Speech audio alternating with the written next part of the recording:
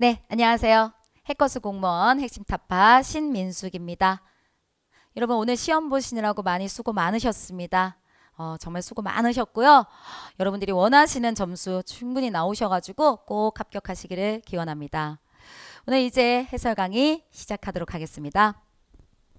해설 강의 시작하기 전에 여러분 간단한 총평 말씀드리면요. 이번 시험에서 좀 눈에 띄는 거는 비문학입니다. 비문학 독해와 관련된 비문학 여러 가지 유형들을 총합치면 한 8문제 정도가 출제가 되었는데 비문학이 계속적으로 지속적으로 저희가 많은 비중을 차지하고 있고 또 긴 지문 너무 길지도 않고 그렇다고 많이 짧지도 않고요. 너무 어려운 지문도 아닌 중간 정도 길이의 비문학 지문이 계속적으로 출제되고 있으니까 공부 많이 하시라고 말씀드렸었습니다. 이에 대한 충분한 대비가 되셨던 분들은 좀 쉽게 하실 수 있었을 텐데 그렇지 않고 비문학을 조금 소홀히 여겼던 분들은 좀 어렵지 않았을까, 시간이 조금 부족하지 않았을까 생각합니다. 다음 한자가 나왔죠. 여러분 한자와 한자성어인데 한자와 한자성어 둘 다 특히 한자어 부분이요. 많이 우리가 접해본 그런 한자어가 아니었습니다. 그래서 그쪽의 점수대가 조금 그게 점수가 좀 많이 반영되어 가지고 한자를 맞췄느냐 안 맞췄느냐가 점수의 차이가 좀 나지 않을까 이런 생각을 합니다. 전체적으로 문학은 비슷한 지문을 우리가 비슷하게 지문을 보고 문제를 풀 수 있는 정도의 그런 수준의 난이도로 나왔습니다. 문학은 그 지문을 읽고 그때 그대로 거기서의 개념들을 우리가 그대로 우리가 문제 풀 수 있는 연습들 하는 게 중요할 것 같습니다. 전체적으로는 어법 위주로 공부하셨던 분들은 좀 힘들지 않았을까 싶습니다. 다양하게 한자성어, 특히 비문학, 그다음에 문학 모든 영역에 대해서 공부를 다양하게 하셔야지만 합격에 영광을 안게 된다는 거 기억하시기 바라겠습니다. 저희 1번부터 해설 강의 시작합니다. 1번입니다. 다음에 해당하는 사례로 적절하지 않은 것은 대립상을 이루고 있는 단어들이 일정한 방향성을 이루고 있다. 이렇게 얘기했네요. 이거는 뭐 많이 어렵진 않았습니다. 대립상을 이루고 있다는 거 성공과 실패, 시상하는 쪽이고요. 수상하는 쪽이고 시상하는 건 주는 거고요. 수상하는 건 받는 거죠. 판매하는 건 내가 이렇게 내 물건을 판매해서 주는 거 구매하는 건 받아서 가는 쪽이고요. 그다음에 공격한다는 건 내가 먼저 이렇게 이 사람을 갖다 이렇게 치는 쪽, 그다음 방어한다는 건 막는 쪽 이렇게 되는 거죠. 그랬을 때 다 대립상을 이루고 있다고 생각할 수 있네요. 그런데 방향성, 일정한 방향성을 이루고 있다는 거는 주는 쪽, 시상이 수상하는 사람한테 주는 쪽, 판매하는 사람이 구매하는 사람 쪽으로 주는 거, 공격이 방어 쪽으로 이렇게 우리가 방향성을 얘기하지만 성공과 실패라는 것은 여러분 대립적 의미는 맞지만 방향성을 이루고 있지 못하기 때문에 답은 1번 되겠습니다. 네, 이렇게 됩니다. 2번 가겠습니다. 토론에서 사회자가 하는 역할에 대한 설명으로 가장 적절한 것을 갖다가 얘기하세요. 라고 했습니다. 1번 봤더니 토론을 시작하면서 논제가 타당한지 토론자들의 의견을 묻는다. 여러분 논제는 이미 결정이 되어 있는 거고요. 그 논제의 내용을 갖다가 서로가 주고받으면서 지금 얘기를 해야 되는데 이 사회자가 이게 타당한지에 대해서 의견을 묻는 거 이거는 적절하지가 않죠. 아예 말도 안 되는 그런 상황입니다. 두 번째 토론자들에게 토론의 전반적인 방향과 유의점에 대해서 안내한다. 네, 이게 일반적인 사회자의 역할이죠. 그렇죠? 방향, 유의점, 그다음에 누가 먼저 말할 것인지 막 이런 거에 대해서 안내하는 게 그리고 정리해 주는 게 사회자의 역할입니다. 3번 대안을 제시하고 쟁점을 약화시킨다. 대안 제시하지 않습니다. 사회자는 중간 역할을 하는 거고요. 쟁점을 약화시키는 것도 사회자가 할 역할은 아닙니다. 4번 마찬가지입니다. 주장과 논거를 비판하는 견해를 개진해가지고 비판하는 견해를 말하고 논쟁을 확산시킨다. 이런 거는 사회자의 역할이 아닙니다. 중간 역할하고 정리하는 역할하는 게 사회자의 역할이기 때문에 답은 2번 됩니다. 3번 갈게요. 다음 글의 글쓰기 방식에 대한 설명을 적절한 것은 여러분 글쓰기예요. 내용이 아니라 그죠? 그래서 멕시코의 환경운동가로 유명한 가리브엘과 과드리는 이라고 그래서 지금 어떤 얘기 중앙아프리카의 숲의 25% 이상이 초목지 조성을 위해 별채되었으며 그 다음에 1970년대 말에는 중앙아프리카의 전체 농토의 3분의 2가 점유되었다. 축산으로 점유되었다. 주장했다. 여러 가지의 수치를 통해 가지고 여러 가지를 주장하고 있는 내용들을 보여주고 있죠. 그다음에 실제로 이랬다. 그리고 유럽과 미국으로 해가지고 소고기가 수출되었으나 결국은 햄버거로 사용되었다. 햄버거 재료로 사용됐다. 이런 얘기가 나오고 있어요. 그럴 때 통계 수치를 활용하는 거, 농구의 타당성을 높이고 있다. 네, 통계 수치 상당히 많이 나왔죠. 그래서 자기가 주장하고 자기가 말하고자 하는 거에 대한 수치, 그렇죠? 객관적인 근거를 제시한 거는 맞습니다. 근데 이론적 근거를 나열하여, 이론이요? 여기는 이론의 내용이 나오지 않았어요, 여러분. 그렇죠? 지금 여기는 실제로 있었던 일, 그 다음에 여기서 어떤 가브리엘이 주장했던 내용들 이런 것들이 나왔기 때문에 이론은 나열되지 않았습니다. 이론이 나오지 않았고요. 근거 또한 없습니다. 전문 용어 또한 나오지 않았고요.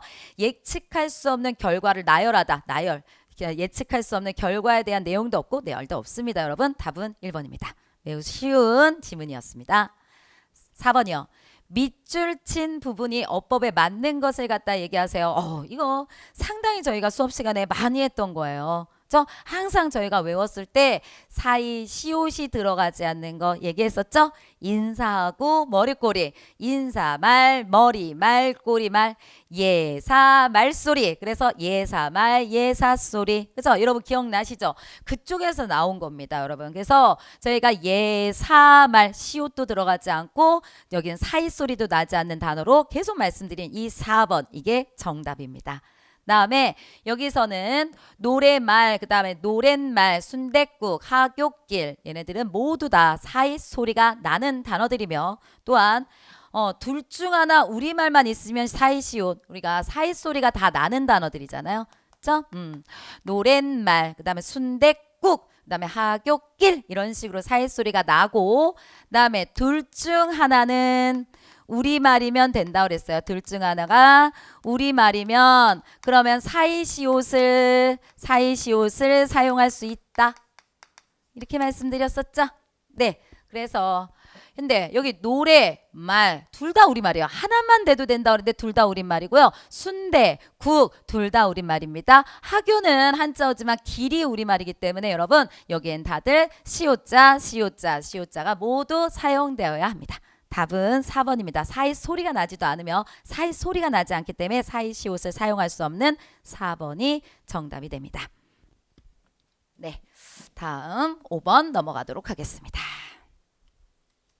네, 가의 관점에서 나를 감상할 때 가장 적절한 것은 이 문제를 딱 보면서 제가 어제 생각했는데 어제 바로 제가 수업했던 내용이네요, 여러분. 내재적 관점, 외재적 관점 하면서 저희가 수업했던 내용이죠. 반영론이라고 나왔어요. 반영론적 관점이라고 나오죠. 그러면 그때 말씀드린 것처럼 반영론적 관점이란 건 뭐예요? 그 시대상이라든가, 아니면 그 시대의 현실, 시대적 현실을 바탕으로 해서 문학 작품을 평가하는 거, 문학 작품을 평가하는 게 바로 반영론적 관점 이렇게 말씀드렸죠. 그렇죠? 그래서 여기 박목원의 나그네 나왔는데 박목원의 나그네라고 하는 이 작품을 몰라도 충분히 할 수 있다 그랬었어요. 그래서 저희가 감상해가지고 관점 나올 때는 이 작품이 중요한 게 아니라 어느 측면에서 보는지가 가장 중요하기 때문에 빠르게 문제 풀 수 있다. 말씀드렸던 겁니다. 1번 볼까요? 전통적 민요의 율격을 바탕으로 해가지고 이런 정제된 시상이 효과적으로 드러냈거든요. 여러분 얘는요 그냥 시의 내용을 분석한 것밖에 안 되잖아요. 시대상이라든가 아니면 그 당시의 현실이라든가 삶의 모습이라든가 이런 것들이 전혀 반영되어 있지 않죠. 그 시대를 보여주는 게 아무것도 없어요. 그러니까 1번은 안 됩니다. 2번이요. 삶의 고통스러운 단면을 외면한 채 인간 삶의 고통스러운 모습들을 외면한 채 유유자적한 삶만을 그린 것이 아닌지 비판할 수 있음. 글쎄요. 우리가 삶의 고통스러운 단면이라고 그랬죠? 삶의 고통스러운 어떤 현실 이런 것들을 외면한 그런 모습만 너무너무 유유자적한 모습만 그린 거 아니야? 이렇게 얘기한대요. 현실이 살짝 들어가 있는 것 같아요. 일단 2번을 놔두시고요. 다음에 3번 가볼까요? 낭만적 감성을 불러일으키는 시적 분위기가 시조에 보이는 성경 후전과 비슷하던. 근데 낭만적인 감성을 시의 분위기가 나타내고 있대요. 그다음에 성경 후전과 비슷하대요. 이것도 여러분 분석이죠. 어떤 당시의 사회 아니면 현실, 삶의 모습 이런 거 전혀 그렇지 않고 그냥 시 내용만을 갖다 분석하고 있죠. 그렇기 때문에 얘도 아예 안 돼요. 4번 마찬가지요. 여기 해질 무렵에 풍경의 이미지가 한 폭의 그림 같은 것을 갖다가 느껴지고 있어. 한 폭의 그림 같은 모습을 나타내고 있어. 이렇게 했는데 이건 어떤 시대 반영 이런 거 전혀 없습니다, 여러분. 그래서 여기는 몇 번? 2번이요. 2번이 삶이라고 하는 고통스러운 현실, 삶의 고통스러운 어떤 현실의 모습을 전혀 보여주지 않고 그냥 너무 아름다운 거, 너무 유유자적하는 거, 너무 편안한 것만 보여주는 거 아니야? 그쵸? 현실 반영이 너무 없는 거 아니야? 이렇게 나왔잖아요. 당시 시대상 현실 이런 것들을 중심으로 해서 뭔가를 갖다가 비평하고 평가하려고 한 게 가장 강한 건 2번입니다. 그러므로 답은 2번 됩니다. 다른 것들은 많은 경우 어떤 반영, 시대상, 현실 이런 것들이 나타나 있지 않습니다. 답 2번입니다. 6번 가겠습니다. 다음 글에 대한 이해로 가장 적절한 것은 이렇게 나왔어요. 책하고 관련된 얘기들이 나오고 있습니다. 네, 앞에서 봤더니 책은 벗입니다. 다음에 먼 곳에서 찾아온 반가운 벗입니다. 책을 벗이라고 아예 표현을 했어요. 그쵸? 책이 벗이에요. 그다음에 그러나 오늘날은 그러니까 벗이 오면 참 기쁘대요. 그러니까 책이 나의 옆에 있으면 참 기쁜 건데 근데 오늘날의 우리의 현실이 그렇지 못하대요. 왜 인생의 가장 빛나는 시절을 수험 공부로 시험을 해봐야죠 저희가. 그래서 공부로 보내는 학생들에게 독서는 반갑지가 않다 이렇게 얘기하고 있어요. 근데 독서는 이런 것이 아니다. 여기서 암기하는 독서는 진정한 독서가 아니다. 독서는 모름지기 자신을 열고 자신을 확장하고 자신을 뛰어넘는 것이다. 이게 바로 탐독이다. 이렇게 나왔죠. 그래서 어떻게 해야 된대요? 글을 읽고 지필한 필자의 생각을 알며 필자가 어떤 시대를 살아가고 있는지 그 사회에 대한 것을 알며 또 내 자신을 알아야 되고 그렇게 함으로써 우리의 처지와 우리 시대의 문맥을 깨달아야 된다. 이게 독서의 의미라고 지금 얘기하고 있습니다. 내용 파악하시겠죠? 그랬을 때 여러분 여기는 독서는 타인의 경험이나 생각들을 자기화하는 과정이다. 네, 여기요. 독자 자신을 읽어야 된다. 글을 읽어서 필자의 생각을 알고 필자의 시대를 알며 그래서 나 자신을 읽어야 된다라고 얘기했죠. 그렇게 함으로써 우리의 처지를 알아야 된다니까 결국 자기화라고 생각할 수 있겠죠. 됐죠? 네. 2번 반가운 벗과의 독서역. 벗과 함께 독서를 하는 게 아니라 독서 자체가 벗이라고 얘기했기 때문에 얘는 될 수가 없어요. 다음 시대와 불화한 독자일수록 독서를 통해 자신의 의지를 위치를 발견하기 쉽다. 시대와 불화하다. 화목하지 않은 시대에 좀 적응하지 못하는 시대에 좀 저항하는 독자 이런 거에 대한 얘기는 없었어요. 4번 자신이 배운 것을 제때에 적용하기 위해서는 친밀한 교육관계에 대한 친구관계에 대한 얘기를 한 게 아닙니다. 독서를 중심으로 얘기하고 있는 거고 독서 자체가 친구라고 말했기 때문에 4번은 이 글의 내용과 일치하지 않습니다. 답은 1번 됩니다. 7번 띄어쓰기입니다. 네, 이 띄어쓰기요. 우리가 공부했던 대로만큼뿐이라든가 만지라든가 이런 거랑은 좀 동떨어지게 이렇게 나온 거예요. 하지만 수업 시간에 굉장히 많이 했던 게 있죠. 옛이라고 하는 거요. 옛 관형사였죠. 그리고 옛하고 관련돼 가지고 여러분 옛 인형 혹은 새 인형 새 혹은 옛 이런 건 다 관형사라고 그랬죠. 여러분 관형사하고 책은 책이라고 하는 거 명사인데 얘네들은 한 단어가 아니기 때문에 당연히 띄어쓰기를 해야 돼요. 그래서 답은 2번 되는 겁니다. 다음에 3번도 우리가 많이 했어요. 시간 날 때 낚시나 한번 하러 가자 이렇게 얘기했어요. 근데 여기 이 한 번이라는 건 진짜 딱 한 번일 때는 띄었어야 돼요. 딱 한 번만 도와주세요. 뭐 이런 식으로 얘기할 때요. 근데 낚시는 시간 될 때 낚시 한번 하자. 야 우리 한번 만나. 그래 시간 될 때 한번 보자. 딱 한 번만 봐요. 그런 얘기 아니죠 여러분. 그쵸? 한번 우리 시행하자. 우리 시행하자. 한번 그런 것들을 시도하자. 이런 시행과 시도의 의미일 때는 여러분 얘네들은 뭐 한다? 한 단어가 되기 때문에 뭐 해줘야 된다 그랬어요? 붙여쓰기 해야 된다. 한번 봐. 시행 시도 이럴 때. 다음 사람들은 황급히 굴속으로 여러분 굴속이라는 게 한 단어입니다. 붙여 써야 되고요. 그다음에 여기도 그중이라고 하는 거 있죠 여러분. 얘도 한 단어입니다. 그래서 붙여 쓰기 해야 됩니다. 답은 2번 됩니다. 합성어랑 관련된 문제였어요. 합성어는 상당히 많은 부분을 외워줘야 되기 때문에 여기서 저희가 합성어들을 좀 공부하셔야 된다는 게 포인트가 되고요. 합성어를 잘 몰랐다 하더라도 옛하고 책하고 얘네는 여러분 옛이라고 하는 걸 관형사로 우리가 많이 배웠었기 때문에 옛 뒤에 있는 이런 책 이런 거 같은 경우에서는 관형사 플러스 명사가 되기 때문에 합성어가 되는 경우는 거의 본 적이 없었죠, 여러분. 그걸 바탕으로 해서 문제를 풀 수 있었어야 됩니다. 답은 2번 됩니다. 다음 8번입니다. 8번이요. 여기 다음에 대한 설명으로 적절한 것을 얘기하세요. 그랬죠? 여기 적절한 것은 여러분 3번이에요. 제가 조그맣게 써놨는데 8개에서 7개로 지금 변하고 있습니다. 그쵸? 의문의 변동 전과. 그러면 한번 해볼까요? 이 3번부터 해볼까요? 입학생 나왔죠? 그러면 여러분 얘 이응자 얘는요. 의문에서 제외하죠. 초성 자리에 이응자는 없다는 자리이기 때문에 쟤는 없는 거예요. 그래서 이쪽에서 갖고 올게요, 여러분. 입학생 지금 이렇게 쓰면 여러분 얘는 이렇게 되죠. 어디예요? 얘가 하나, 둘, 셋, 넷, 5개, 6개, 7개, 8개 종성 자리에 이거는 여러분 뭐예요? 있으니까 의문이 있는 거니까 그래서 8개가 되죠. 근데 얘를 저희가 발음하면은 이 여기 비읍하고 히읗하고 축약되잖아요. 아니 축약되면 줄어들잖아요, 여러분.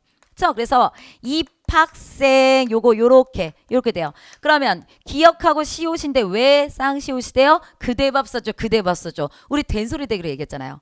그대밥 사달라고 얘기하면서 그대밥 사줘 더하기 그대밥 사줘는 끝대밥 사줘다 이렇게 얘기했었죠, 여러분. 그렇기 때문에 이게 된소리 되기로 해서 이게 나온 거예요. 근데 그때 말씀드렸는데요, 이 시옷이라는 게 쌍시옷으로 넘어갈 때는 여러분 이게 사이소리가 아닌 한 된소리 대기에서 넘어간다고 한다면 이거는 절대로 첨가가 아니다. 얘는 교체다 이렇게 말씀드렸죠. 그러니까 교체한 거기 때문에 얘는 바뀐 의문의 그 자릿수가 바뀌지 않아요. 개수가 변하지가 않습니다. 그래서요. 하나, 둘, 셋, 넷, 5, 6, 7개 되겠죠. 그래서 얘가 맞아요. 됐죠? 나머지 해볼게요. 한 가지 유형의 의문 변동이 나타난다. 여러분 가을에 하는 일들이요. 가을 일이 많아서 이렇게 얘기한 거예요. 그러면 얘가 이렇게 되잖아요. 자음 플러스 이하여 요요. 그래서 가을 일 니은 청가 한번 나왔고요. 유마 한 번 더 가야 돼서 가을 일 이렇게 나오겠죠. 그래서 여기 니은 첨가 요거 하나와 다음 유마 하나 2가지가 있어요. 그렇죠? 니은 첨가와 유마 2개 됐고 다음입니다. 니은 인접한 음의 영향을 받아 조음 위치가 같아진다. 여러분 니은 부분 보이시죠? 텄 마당 이렇게 나왔죠. 여러분 얘는 뭐예요? 지금 이렇게 되는 거야. 그 터의 마당, 터도 있고 마당도 있어요. 그렇기 때문에 그리고 얘는요 사이시옷의 시옷이잖아요, 여러분. 그죠? 그러면 사이시옷을 뺀 상태에서 보면은 여러분 모음 플러스 마녀 우리 이렇게 외웠잖아요. 모음 플러스 마녀 우리 이렇게 외웠어요. 마녀 이렇게 됐을 때는 뭐의 조건이 돼요? 니은 첨가의 조건이 되잖아요. 이렇게 두 단어가 합쳐졌을 때. 그죠? 그래서 여기다 니은 첨가해가지고 여러분 턴, 마, 당 우리 이렇게 나올 수 있죠. 그러니까 얘 니은 첨가 한 거네요. 맞죠, 여러분? 니은 첨가했죠. 근데 인접한 음의 영향을 받아서 조음 위치가 같아진다? 그냥 우리 인접한 영향을 받기보다는 그냥 니은 첨가가 되었다. 그냥 이렇게 생각하면 되죠. 영향을 받아서 그런 거 같은 경우는 인접한 음의 영향을 받는 거는 여러분 뭐예요? 비음화 같은 것들이잖아요.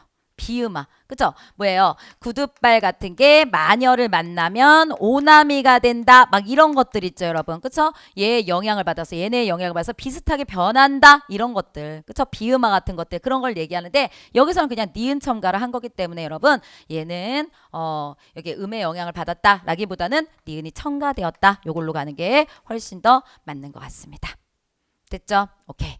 됐고요. 다음 니을 갈게요. 음의 끝에 여기 보세요. 가느다란 물방울 뭐 이런 식으로 우리가 외웠었죠? 거기 위에 자음이 오면 7개의 자음 중 하나로 바뀌는 규칙이 적용된다. 여러분 이거는 헛받침에 대한 설명이죠. 헛받침에 대한 설명이에요. 그런데 저기 위에 거 봤더니 흙, 먼지 이렇게 나온 건 일단 얘부터죠. 얘가 니을 기억인데 겹받침이죠. 겹받침은 하나만 선택이 되잖아요. 저희 이럴 때 니을 기억은 여러분 우리가 기억 선택하죠. 그쵸? 마카파에서 기억 선택했어요. 그래서 기억이 선택되고 그 다음에 얘가 구두발이 많이 만나면 오나미가 된다. 여러분 흙먼지 우리 이렇게 갔어요. 그렇기 때문에 여러분 얘네에서 얘로 오면 여러분 탈락이죠. 선택이 되는 게 아니라 탈락이고 기억이 이응 변하는 것도 이거 얘 때문에 비음아 얘 때문에 인접한 것도로 인해 가지고 얘가 이응으로 변한 거죠 여러분. 그쵸? 음절이 끝소리가 아니라 얘는 비음화에 의한 것들이기 때문에 여기서는 4번도 틀린다 이렇게 얘기할 수 있어요. 그래서 4번 틀리는 거고요. 헛받침에 대한 이야기가 아닙니다. 그다음에 2번은 니은 첨가로 가는 거지 인접한 음에 영향을 받았다 이렇게 생각하는 것보다는 얘가 더 낫습니다. 그 다음에 1번은 한 가지 유형의 음음 변동이 아니라 두 가지 유형의 음음 변동이 일어나고 있어요. 맞죠? 이렇기 때문에 답은 3번 가겠습니다.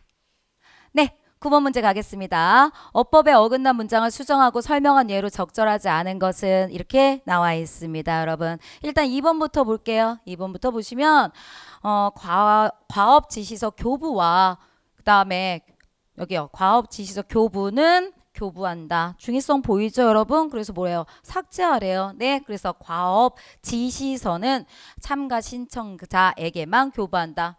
우리는 중의성을 가지고 중복되는 표현이 나오면 하나 삭제하니까 얘는 당연히 맞아요. 다음이요. 3번이요. 여기 봤더니 여기 수역을이 나왔죠. 수역을 제외되다. 수역을 제외되다. 이건 말이 되잖아요. 수역을 무슨 해안선에서 이러한 수역을 제외하다. 이게 맞죠? 그래서 한으로 고치는 게 맞습니다. 4번이요. 누구누구에게 열람하다. 누구누구에게 열람하는 게 아니라 누구누구에게 열람하게 하다가 맞죠? 그렇기 때문에 열람하다를 열람하게 하다로 바꾸는 것도 맞습니다. 여러분 1번이 답이 돼요. 1번이 답이 되는데 여기 보면은 유사한 내용의 제안이 접수되었을 때 이렇게 나오는데 여러분 어시라는 게 매번 그냥 무조건 과거다 이거보다는 접수된다고 한다면 이라고도 해석할 수 있어요. 만약 가정해가지고 접수된다고 한다면 먼저 접수된 것이 우선해야 돼 이렇게 될 수 있기 때문에 그런 표현도 있기 때문에 여러분 무조건 과거만으로 볼 수 없기 때문에 얘는 여기서 접수될 때에는 접수될 때에는 아니라 접수되었을 때에는도 충분히 사용할 수 있습니다. 충분히 사용될 수 있고요. 그다음에 여기 그래서 얘는 꼭 고쳐야 된다. 사건의 행위가 완료된 상태이기 때문에 그러니까 과거기 때문에 얘는 이렇게 과거형을 쓸 수 없고 미래형으로 접수될 때에는 이걸로 고쳐야 된다. 굳이 고치지 않으셔도 돼요. 이걸로도 충분히 사용할 수가 있습니다. 그리고 먼저 접수된 것에 대해 유사한 내용의 제안이 접수되었을 때 먼저 접수된 것이 그에 우선한다. 뭐 이런 식으로 써도 괜찮은데 어쨌든 꼭 이게 접수될 때는이라고 하는 걸로 고칠 이유는 없어요. 어시 들어간다 하더라도 가정의 의미로서 들어갈 수 있기 때문에 여러분 답은 1번 됩니다. 고치지 않아도 됩니다. 저 어스를 저렇게 가정의 의미로 사용할 수 있습니다. 답 1번입니다. 다음 10번이요. 고인도 날 못 보고 이거는 이렇게 설명드릴게요. 이렇게 보세요. 고인도 날 못 보고 나도 옛사람을 못 본다. 그 다음에 옛사람을 못 봐도 가던 길이 앞에 있으니까 가던 길 앞에 있으니까 어찌 안 가고 어쩌겠는가 이렇게 나왔죠. 여러분 연쇄법 나왔네요. 연쇄법은 뭐냐면은 예전에 그렇게 말씀드렸어요. 원숭이 엉덩이는 빨가면 사과는 맛있어. 맛있으면 바나나. 맞죠? 그게 연쇄법이에요. 여기도 나도 옛사람을 못 봐. 옛사람을 못 봤어요. 가던 길이 앞에 있어. 가던 길이 앞에 있으니까 이렇게 물고 가죠. 연쇄법 맞습니다. 맞아요. 두 번째, 나를 봤더니 술은 어이하여 좋은가? 유력을 섞어서. 국은 어이하여 맛이 좋은가? 소금을 타서 간을 해서. 그래도 이 음식의 원리를 알면 이 뜻을 알면 만수구망할 수 있다. 다스리면 만수구망할 수 있다. 이런 뜻인데 여기요. 문답법이 나온 건 맞지만 여러분 대조법을 말을 한 게 아니에요. 틀렸고요. 또 뜻은 또 나라의 다스림으로 얘기하는 것인데 님의 만수무강도 틀렸습니다. 님의 만수무강을 몰랐다 하더라도 대조 자체는 나오지 않으니까 여러분 2번 충분히 골라내실 수 있었을 겁니다. 다음 3번이요. 여기요. 우레같이 소리나는 님을 여기요. 우레같이 소리나는 님을 여기요. 같이. 그다음에 번개같이 번뜩만 나 같이. 비같이 오락가락하고 구름같이 헤어졌어요. 그래서 가슴속에 바람 같은 한숨이 안개 피듯 하는구나. 갔다 갔다 갔다 같이가 계속 반복되어 있기 때문에 운율감 더한다. 네, 반복하면 운율감 더할 수 있습니다.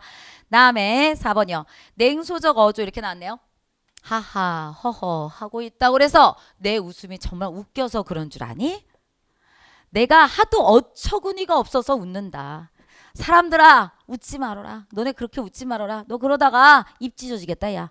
지금 말하는 거 뭐야? 냉소적 어조죠. 내가 진짜 웃는 거 같니? 냉소적 어조요. 그죠? 차가운 어조를 갖고 있고 상대에 대해서 웃지 마. 너네 그러다 입 찢어지겠다. 불편한 심기 드러내고 있다. 할 수 있죠? 그렇기 때문에 4번도 맞습니다. 11번 가겠습니다. 11번 문제예요. 그대로 잘 우리가 볼 수 있으면 되는 거였어요. 여기 보시면 경기의 노래에서 장기를 둔대잖아. 경기 놀이 맞잖아요. 그 다음에 상대방이 잡히지 않고 제기능을 하다. 뭔가 살아있는 거 여러분. 제기능을 하고 있는 거. 포로서의 제기능을 하고 있는 거. 얘기될 수 있죠. 두 번째요. 직분이나 신분의 생활을 하다. 그는 벼슬이라는 직분이 하기가 싫어서 속세를 버렸다. 되죠? 세 번째입니다. 옷에 풀기가 없어서 아직 살아있다. 마음이나 의식 속에 남아있는 거 아니죠. 풀기라고 하는 건 빳빳해지는 거 얘기하기 때문에 마음이나 의식 속에 될 수가 없어요. 답은 3번 됩니다. 12번 갈게요. 진행자의 말하기 방식에 대한 설명으로 적절하지 않은 것들 찾아주세요. 이렇게 나와 있습니다.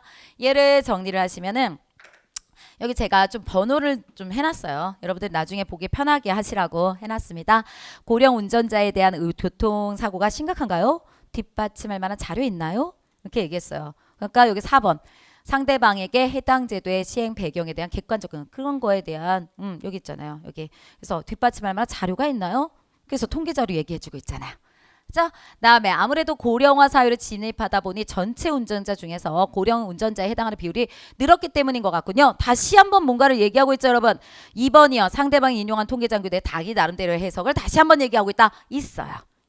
하나씩 보여드리고 있습니다. 세 번째, 무작정 운전면허를 반납하라고 할 수는 없을 테고 보완책 있나요? 좀 더 뭔가 이야기, 추가적인 정보를 요구하고 있다. 맞습니다. 다음에 여기 아래 봤더니 맨 마지막. 근데 그에 더해 장기적으로 고령자 친화적인 대중교통 인프라를 구축하는 일도 필요합니다. 교수님 오늘 말씀 감사합니다. 그러니까 추가적으로 자기 의견을 말한 거지 여러분 합리적이지 않다. 그래서 그런 지적하다 이런 거 말이 되지 않죠? 전혀 타당하지 않는 말이었습니다. 답은 1번 됩니다. 네, 13번 시작하도록 하겠습니다. 다음 글의 제목으로 가장 적절한 것은 이랬어요. 그랬더니 여기 쭉 나와서 계몽주의 사상가들에 대한 견해가 나왔어요. 헤겔은 역사는 진보하는 것으로 봤고 자연은 진보하지 않는 것으로 봤다. 다윈은 진화와 진보를 동일한 걸로 봤다. 저 계속 지금 진보라는 단어가 나오고 있고요. 진화라는 단어들이 나왔어요. 그렇죠? 단어가 나오고 있어요. 그리고 그러나라고 했네요. 맨 마지막 부분이요. 이것은 진화의 원천인 생물학적인 유전이라고 그랬네요. 생물학적인 유전, 생물적인 거네요. 그다음에 진보의 원천인 사회적인 획득, 사회적인 거네요. 진보는. 근데 그거를 혼동함으로써 많은 오해를 이룰 수 있는 길을 열었다. 혼란스럽게 만들었다. 이런 거죠. 그러니까 진화와 진보는 달라. 오늘날에는 분명히 구별돼. 이런 얘기를 하는 거잖아요. 그러니까 위에서부터 헤겔은 이렇게 얘기했어. 근데 다윈은 이렇게 얘기했어. 그러나 진화와 진보를 뭐 하고 있어요? 혼동하게끔 했어. 이거는 오늘날에는 분명히 구별되는데 앞에서는 혼동되게 했어. 아 이건 좀 잘못된 것 같아. 뭐 이런 얘기들이죠, 여러분. 그러니까 여기서 핵심 내용은 뭐예요? 진보, 진화 이런 거에 대한 다양한 견해들 그리고 그 견해 중에 오늘날에는 얘네를 구분한다는 그런 견해들 이런 거에 대한 얘기죠. 답 4번 되겠습니다. 14번 갈게요. 유소사 이거 사시남정기예요. 저희 기본 이론반 했을 때 사시남정기의 그 사필 규정 이런 거 얘기할 때 제가 말씀드렸던 그런 내용입니다. 지문을 읽고 그대로 풀 수 있는 문제들이었어요. 여기 보시면 여기 얘기했을 때 내용만 좀 확인할까요? 사시는 부부의 예에 따라 남편이 잘못하면 이를 지적해야 된다고 생각했다. 네 맞아요. 여기 봤더니 여기 나왔죠. 여기 남편의 뜻을 어기지 말라고 어머니한테 얘기를 들었대요. 그랬더니 물어보는 거죠. 남편의 뜻이 그릇이 있더라도 너 순종할래? 그랬더니 여기서 뭐라 했어요? 그런 말이 아닙니다. 부부의 도 오륜을 경하였으니 아비는 가난한 자식이 있고 나라에도 가난한 신하가 있고 잘못되면 뭔가를 간언할 수 있다는 거죠. 어찌 부부라고 간쟁이 있지 않겠습니까? 간언하고 잘못됐다. 이건 잘된 거다. 그러한 말이 없겠습니까? 그러자고 자고로 말이 없겠습니까? 이랬죠. 그러니까 잘못된 게 있으면은 똑같이 위에 아비한테 가난한 자식과 같이 나라에 가난한 신하와 같이 현재를 서로 권하는 형제들이 서로 얘기를 하고 친구들끼리 서로 책하고 이런 것처럼 나도 가난할 것이다 이렇게 얘기했기 때문에 여러분 지적해야 한다고 생각을 했습니다. 답 3번이에요. 남편에게 맞섰던 일을 비판하고 있다 아니고요. 남편을 따라라 이렇게 얘기했고요. 그다음에 호럼이나 모시는 제대로 배우지 못한 것을 안타까워하고 있다. 그냥 배우지 못하였으나 그래도 이러한 가르침을 받았으면 이렇게 얘기했지. 그걸 안타까워한다. 배우지 못했으면 한탄하다. 이런 거는 우리가 볼 수 있는 내용이 아닙니다. 유소사는 며느리의 대화를 통해서 효성이 지극한 사씨의 모습, 효성이 지극하다보다는 남편을 아주 현명하게 보필할 수 있는 그러한 사씨의 모습을 흡족해 하고 있는 거겠죠. 답은 3번. 15번이요. 여기 달아지는 살들 이런 내용이죠. 여러분 여기서 서늘한 소리를 냈대요. 바깥에서 어둡고 뜰 변두리에 늙은 나무들은 바람에 불어서 서늘한 소리를 내고 있고 전체적으로 그리고 또 뭐야 집은 전체적으로 조용하고 썰렁하고 그렇죠. 여기 서늘한 소리를 냈다 이런 것들은 예스럽지 않은 분위기 말할 수 있어요. 좀 약간 좀 분위기가 음침하죠? 그런 분위기를 말할 수 있다. 이런 얘기들을 보여줄 수 있고요. 다음에 쾅땅 쾅땅 이런 소리가 계속 들려온대요. 쾅땅 쾅땅 이런 거. 근데 간헐적으로 들려오는 그 소리 이상하게 신경이 막 내가 신경 쓰이게 하잖아요. 아, 왜 저런 소리 뭐지? 뭔가 계속 신경 쓰이고 불안하고 초조하고 사람을 그렇게 만드는 것들이죠. 그다음에 여기서요. 그 소리를 계속 듣고 있으려니까 초여름 밤에 바람에 불려서 그런 것이 아니라 저 소리에 여운에 울려서 모든 것들이 다 흔들리고 있는 느낌이 들어요. 불안하고 초조하고 이런 것들을 더 이 소리 때문이구나 라는 것을 알게 되는 거죠. 그럼 여기요. 여기서 답 4번. 소리의 여운은 단선적 구성의 변화를 주어서 갈등 해소의 기미. 말도 안 되죠. 그렇죠? 갈등 해소의 기미가 아니라 더욱 불안감과 긴장감, 초조함 이런 것들을 확장시키고 있는 거기 때문에 답은 4번 됩니다. 됐고요. 여기서 단조로운 소리는 반복적으로 그러함으로써 모종의 의미가 부여된다. 불안감과 초조함의 의미가 부여되는 거겠죠, 여러분. 그렇죠? 답 4번. 16번입니다. 여기서 포스티노라는 작품이 하나가 있는데 이것은 문학의 따리를 틀고 있대요. 시는 무엇이든가라는 해답을 아주 잘 설명해놓은 교과서 같은 그러한 영화래요. 그렇죠? 다음에 100마디 말보다 이것을 보고 토론하는 것이 시의 본질을 훨씬 더 깊숙이 빨리 이해할 수 있대요. 이걸 보면. 다음에 여기서 이런 것들이 나왔어요. 그랬을 때 여기 해변의 파도 소리를 녹음하는 것은 은유의 출발이고 어부들의 그물을 걷어올린 것은 은유의 확장이고 또 다음에 마지막으로 밤하늘의 별빛을 녹음하는 그런 아름다운 장면은 은유의 철정이다. 그러니까 지금 이 영화는요. 은유법이라는 것을 정말 잘 설명할 수 있는 그러한 영화의 모습을 보여주고 있는 거죠. 여러분. 그렇죠? 그럴 때 여기요. 2번 영화 일 포스티노의 인물들은 문학적 은유의 본질과 의미를 잘 알고 있다. 거기 인물들이 나온 게 아니고요. 여기 요런 모습을 통해서 은유라고 하는 것의 의미를 잘 표현해주고 있다라고 그랬지 인물들이 잘 알고 있는 걸로 얘기한 적이 없어요. 답은 2번 되는 거죠. 그렇죠? 여기 있는 거 아까 교과서와가 똑같다. 질문하고 답을 얻기 위해서 참고할 만하다. 다음에 문학의 미적 자질과 영화의 미적 자질 사이에는 공통점 은유법 같은 것들이 있다라고 했으니까 여러분 될 수 있겠죠. 답은 2번 됩니다. 17번이요. 일부러 꾸미지 않았는데도 자연스럽고 아름답다의 뜻을 갖고 있는 건 여러분 천의무봉 이렇게 될 수 있습니다. 성격이나 언동 등이 매우 자연스럽고 조금도 꾸민 데가 없다 이런 뜻이기 때문에 3번이고요. 다음에 화조월석 그 다음에 경치가 가장 좋은 때이다. 그 다음에 위편 3절 한 권의 책을 몇십 번이나 되풀이해서 읽어가지고 연결해 놓은 그 끈이 끊어졌다 이런 뜻이 되는 거기 때문에 책 읽는 거 얘기하는 거고요. 그다음에 막무가내 어쩔 수가 없다 이런 뜻이죠. 답 3번입니다. 한자 성어였습니다. 18번이요. 밑줄 친 부분의 한자 표기가 잘못된 것을 얘기하세요. 네. 한자어가 요번에 그래도 좀 많이 어렵게 출제되지 않았나 생각합니다.